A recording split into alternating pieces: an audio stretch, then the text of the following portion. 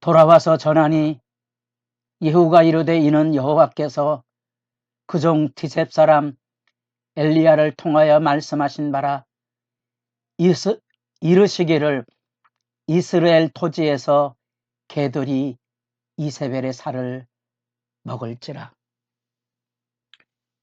새벽을 깨우는 거룩한 기도자 여러분, 주의 말씀 앞에 엄정한 하나님의 심판이 잠자는 영혼을 깨우는 하늘의 부름처럼 말씀에 깨어나는 역사가 복되게 열려지기를 바랍니다.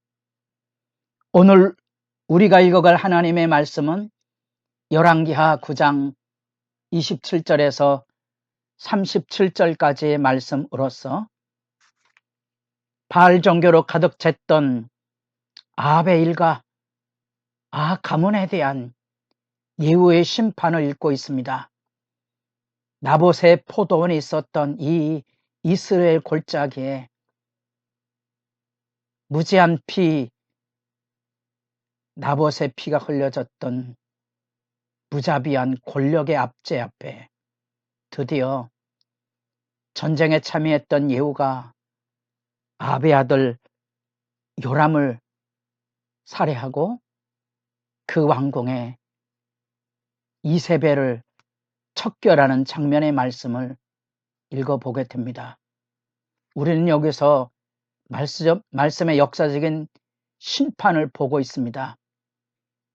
그것이 도덕적으로 오느냐 이런 질문보다 역사 속에서 하나님이 어떻게 일하고 계시는가, 악에 대해서 하나님이 어떻게 행동하시는가, 하나님의 말씀이 악에 대한 징벌을 선포하셨는데 엘리야를 통하여 이루었던 그 아합 가문에 대한 심판, 그리고 심판을 이룰 예후까지 언급했는데 엘리사가 드디어 그 군대 장관 예후에게 기름을 부어서 아합 가문에 대한 하나님의 말씀에 심판을 행하게 됩니다.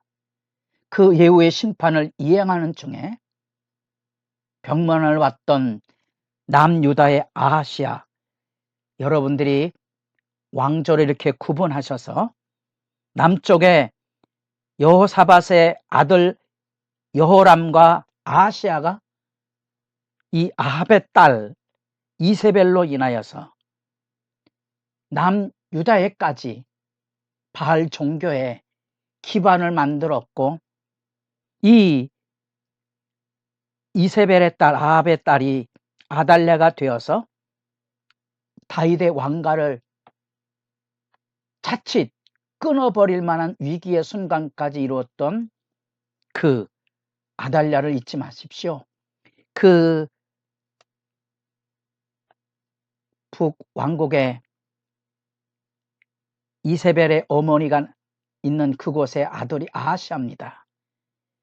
아버지 요람과 아달랴가 결혼해서 왕권을 이어받은 이 아하시아, 이 아하시아가 자기 어머니 쪽으로 외삼촌이 전쟁에서 부상을 당해 어려움을 겪고 있는 것을 보고 병문안을 왔다가 요람이 죽어나가고, 그때 어쩌면 아하가의 범주 안에 이 아하시아도 예후에게 덤태기 쓰듯이 그만 요람이 시해당한 현장에서 아하시아도 그 심판의 칼날에 죽어나갑니다.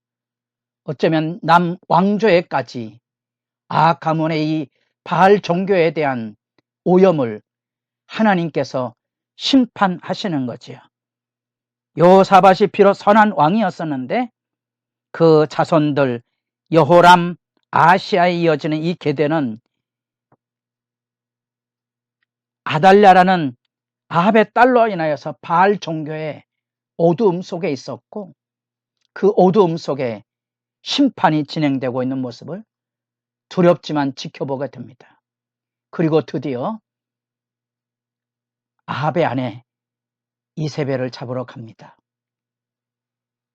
예후가 이스라엘에 오니 이세벨이 그 반역에 현장 앞에 마주서게 됩니다. 그 마주섬의 장면은 얼마나 당당한지. 예후가 문에 들어설 때 너 시므리여 평안하냐? 시므리 기억하십니까? 북이스라엘 왕국에 8번의 피해 혁명이 있었습니다. 그 중에 가장 비참한 혁명가가 시므리입니다. 시므리는 바사 왕국을 진멸하고 왕위를 찬탈했지만 7일 만에 이 아합 가문을 일으켰던 오므리에게, 아합의 아버지에게 학살을 당하고 맙니다. 지금 이 이세벨은 시아버지 오므리를 비교해서 시므리라는 얘기로 평안을 빕니다. 다시 말하면 내가 벌이고 있는 이 혁명은 시므리처럼 7일 천하에 그칠 것에 대한 경고고 저주와 같은 얘기죠. 그러나 예후는 말을 미치게 몰고 온 사람입니다. 단번에 예후는 그 이세벨을 학살로 이루게 되는데, 그것은 뭔고 하니 사람들에게, 그 왕궁에 있는 사람들에게 이 이세벨을 내 던지라고 말합니다. 그래서 그 피가 담감 아래 튀고 예후가 그 시체를 밟습니다.